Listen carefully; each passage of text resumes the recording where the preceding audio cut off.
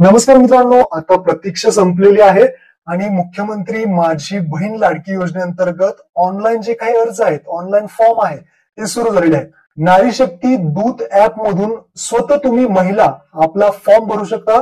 नारी शक्ती दूत ऍप मधून ऑनलाईन फॉर्म नक्की ऑनलाईन अर्ज कसा करायचा आहे, काय काय माहिती भरायची आहे, कोणकोणते कागदपत्र अपलोड करायची आहेत, संपूर्ण माहिती A to Z live process असणार आहे. तर व्हिडिओ नक्की शेवटपर्यंत पहा. आपल्या चॅनलवरती पहिल्यांदा आला असेल चॅनलला सबस्क्राईब करून ठेवा.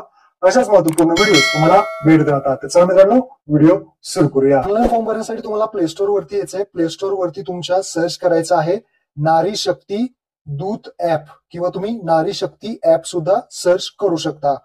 अशा पद्धतीने सर्च केल्यानंतर हे नारी शक्ती दूत ऍप येईल. मुख्यमंत्री जनकल्याण कक्ष महाराष्ट्र हे ऍप्लिकेशन तुम्हाला इन्स्टॉल करायचं आहे. इन्स्टॉल करून हे ऍप्लिकेशन ओपन करा. अशा पद्धतीने इंटरफेस दिसेल.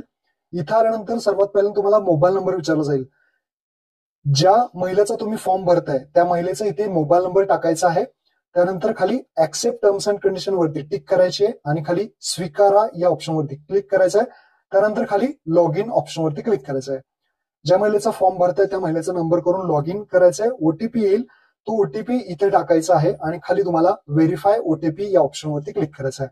व्हेरीफाय ओटीपी केल्यानंतर तुम्हाला इथे परमिशन द्यायची, अलाउ करायचं आहे.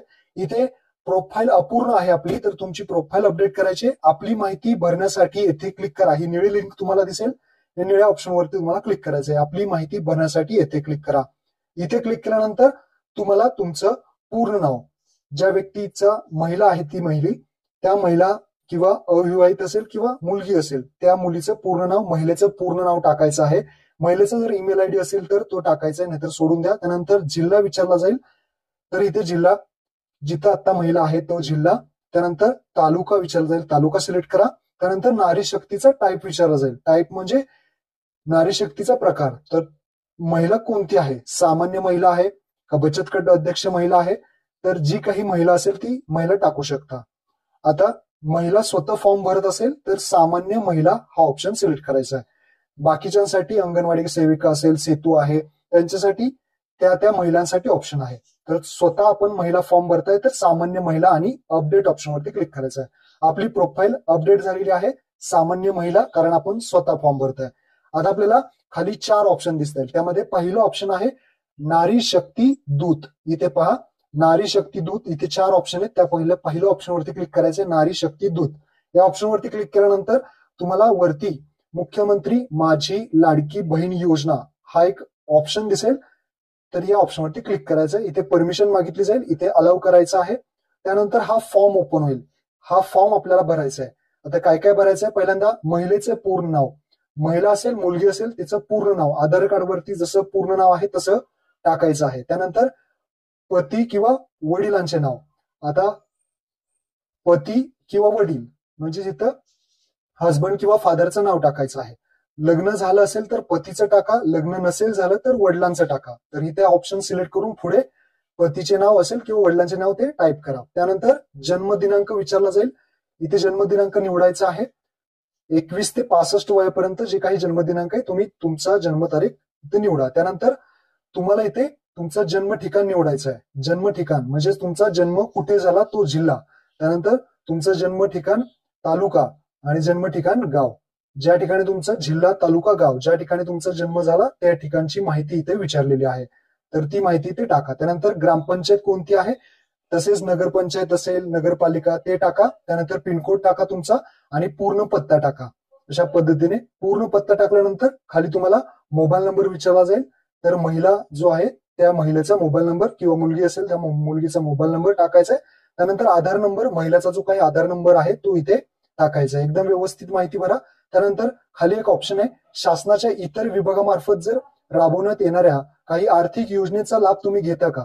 काही कोणाला पेन्शन भेटते, कोणाला स्कीम PM किसान असेल, संजय गांधी असेल, तर घेत असाल लाभ तर होय करायचं आहे. आणि तुम्हाला रक्कम किती मिळते ते इथे टाकायचं आहे. तर लक्षात ठेवा 1,500 पेक्षा जास्त जर भेटत असेल तर तुम्ही नाही करा. तर मी इथे नाही केलेलं आहे कारण मला पेन्शन मिळत नाही. त्यानंतर खाली वैवाहिक स्थिती विचारली. वैवाहिक स्थिती म्हणजेच अविवाहित आहे का, विवाहित आहे का, विधवा आहे का, परित्यक्त्या आहे का, निराधार आहे का, घटस्फोटित आहे. महिला जे काही असेल महिलाला विचारून इथे माहिती भरा. त्यानंतर अर्जदाराचे खाते असल्यास बँकेचा तपशील. अर्जदाराचं खातं असेल तर बँकेचा तपशील, बँकेचं नाव टाका, बँकेचा जे खातेधारक आहे त्याचं नाव टाका, बँकेचं नाव झालं, खातेधारकाचं नाव झालं, त्यानंतर बँकेचा खाते क्रमांक टाका आणि आयएफसी कोड टाका. एकदम बेसिक माहिती आहे, व्यवस्थित टाका. त्यानंतर आपला आधार क्रमांक बँकेला लिंक आहे का, तर इथे होय निवडा. होय निवडल्यानंतर आता आपल्याला कागदपत्रे अपलोड करायचे. पहिलं आहे आधार कार्ड. आधार कार्ड या बटनावरती क्लिक करा आणि महिलेचं जे काही आत्ताचं आधार कार्ड आहे ते इथे अपलोड करा.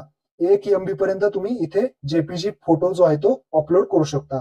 तर इथे आधार कार्ड आपण अपलोड केलेलं आहे. तसेच अधिवास प्रमाणपत्र पाहू शकता, 1 MB पर्यंत अपलोड करायचे. अधिवास किंवा जन्म प्रमाणपत्र इथे तुम्ही 4 डॉक्युमेंट्स देऊ शकता. 4 डॉक्युमेंट्स म्हणजे 15 वर्षापूर्वीचा इथं पुरावा द्यायचा आहे. रेशन कार्ड देऊ शकता, मतदान कार्ड देऊ शकता, जन्म दाखला देऊ शकता किंवा रहिवाशी. 15 वर्षाचा पुरावा तुम्ही अधिवास जन्म प्रमाणपत्रामध्ये अपलोड करायचंय. त्यानंतर अर्जदाराचं हमीपत्र विचारलंय. अर्जदाराचं हमीपत्र, हे हमीपत्राचा जो काही फॉर्मॅट आहे तर तो डाउनलोड करून घ्या. याची प्रिंट काढा आणि याच्यावरती सही करायची आहे आणि हे हमीपत्र तुम्हाला अपलोड करायचे आहे. अर्जदार महिला जी असेल, मुलगी असेल, तिने इथे सही करून इथे अपलोड करायचं आहे. त्यानंतर उत्पन्न प्रमाणपत्र विचारलं जाईल. उत्पन्न प्रमाणपत्र लक्षात ठेवा, तुमचं जे काही उत्पन्न आहे ते तुम्ही रेशन कार्ड अपलोड करू शकता, उत्पन्नाचा दाखला सुद्धा अपलोड करू शकता, केशरी किंवा पिवळे रेशन कार्ड असेल ते सुद्धा तुम्ही अपलोड करू शकता. यापैकी कोणतेही एक तुम्ही अपलोड करा. जर तुमचं पांढरं रेशन कार्ड असेल तर उत्पन्नाचा दाखला तुम्हाला अपलोड करावा लागेल. त्यानंतर एक अर्जदाराचा फोटो घ्यायचा आहे. लाईव्ह फोटो असेल तो फोटो इथे अपलोड करायचा आहे आणि ऍक्सेप्ट करून तुम्हाला जतन करा या ऑप्शनवरती क्लिक करायचं आहे. जतन केल्यावरती क्लिक केल्यानंतर तुम्ही जी काही माहिती भरलेली आहे सगळी तुम्हाला इथे दाखवली जाईल.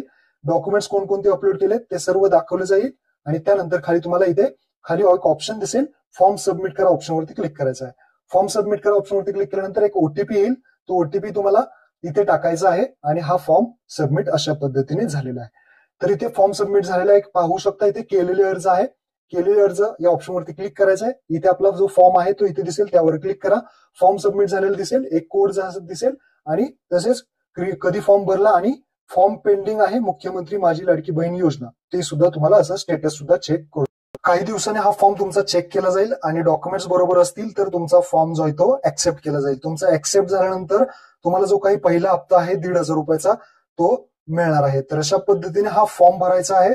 एक गोष्ट लक्षात ठेवा, फॉर्म भरताना जे काही अधिवास प्रमाणपत्र किंवा जन्माचा दाखला जर तुमच्याकडे नसेल तर तुम्ही 15 वर्षापूर्वीचं शाळा सोडल्याचा दाखला देऊ शकता. तसेच शाळा सोडल्याचा दाखला जरी नसेल तर तुम्ही 15 वर्षापूर्वीचं मतदान कार्ड देऊ शकता किंवा तुम्ही बाकीचे डॉक्युमेंट सुद्धा दिले, त्यावरती आपण ऑलरेडी व्हिडिओ बनवला आहे, तो तुम्ही नीट पहा आणि तसाच अर्ज भरा. महत्वपूर्ण व्हिडिओ शेअर करा. धन्यवाद.